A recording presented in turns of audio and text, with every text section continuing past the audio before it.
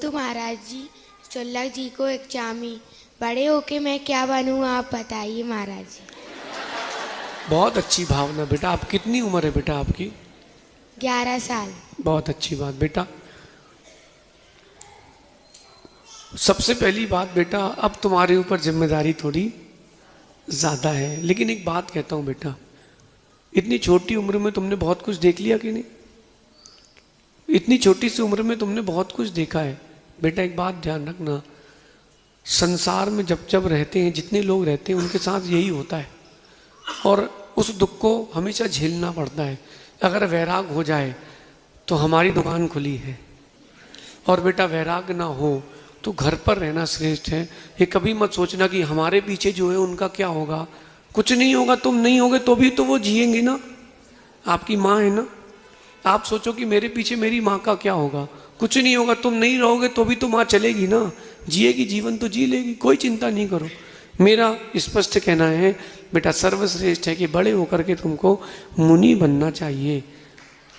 अगर उस वैराग तक नहीं पहुंच पाओ तो एक अच्छे श्रावक बन के, अच्छा व्यापारी बन करके अपन को जिन शासन की प्रभावना करना चाहिए, अपनी शक्ति से धर्म करना चाहिए। रही बात व्यापार और नौकरी की जो तुम पूछना चाहते हो, तो वह बता देता हूँ बेटा। 14 साल की उम्र में निर्णय लेना, अगर आपके अंदर कॉन्फिडेंस हो तो व्यापार करना, और नहीं हो तो दूसरे के ऊपर विश्वास जमा करके फिर आप धीरे धीरे नौकरी करना, फिर व्यापार करना, ऐसा समझिए। अगली जिज्ञासा के लिए तैयार रहेंगे अनंत जैन। नमस्तु नमस्तु महाराज जी, नमस्ते।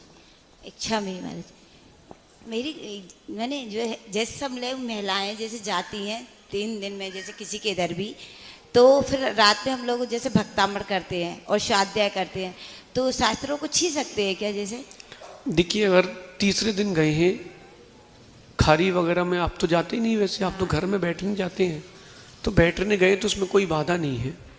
लेकिन अगर अपन ने मृतक शरीर या हड्डी आदि को स्पर्श किया है तो बाधा है। ऐसी कोई बाधा नहीं है कि उसके यहाँ नहीं जा सकते, जाना चाहिए। जब दुख का काल हो तब जरूर जाना चाहिए, लेकिन सबसे कहना है कि एक साथ चले जाओ, बार बार जाओ, बेचारा बार बार रोते रोते थक जाता है। आप लोग, कोई तीसरे दिन पहुंचा, कोई चौथे दिन, कोई 5वें दिन, कोई 6वें दिन, बेचारा हर दिन रोए, उसको हर दिन स्मृति आती है, उसको हर दिन वेदना होती है। आप लोगों को परस्पर में बात करके एक बार बैठाओ, सब लोग चले जाओ एक साथ, ताकि उसको एक बार में ही सारे विकल्प समाप्त हो जाए। आप गए, फिर आए, फिर उसको संकल्प विकल्प हुए। जाना चाहिए, लेकिन आप तो घर तक ही जाते हैं, तो आप आके जिनवाणी छू सकते हैं, इसमें कोई बाधा नहीं। ऐसा महाराज जी, जैसे मेरा क्या होता है, हमेशा ये होता है जैसे 100% शाम के रात में मैंने तैयारी हो जाती है कि आपको पूरा काम हो जाएगा, और सुबह पता है नहीं कैंसिल हो जाता है। ऐसा क्यों होता है हमेशा मेरे साथ? ऐसे अंतराय कर्म के उदय के कारण होता है। विशुद्धि बढ़ाएंगे तो वो अंतराय कर्म भी टलेगा। अगली जिज्ञासा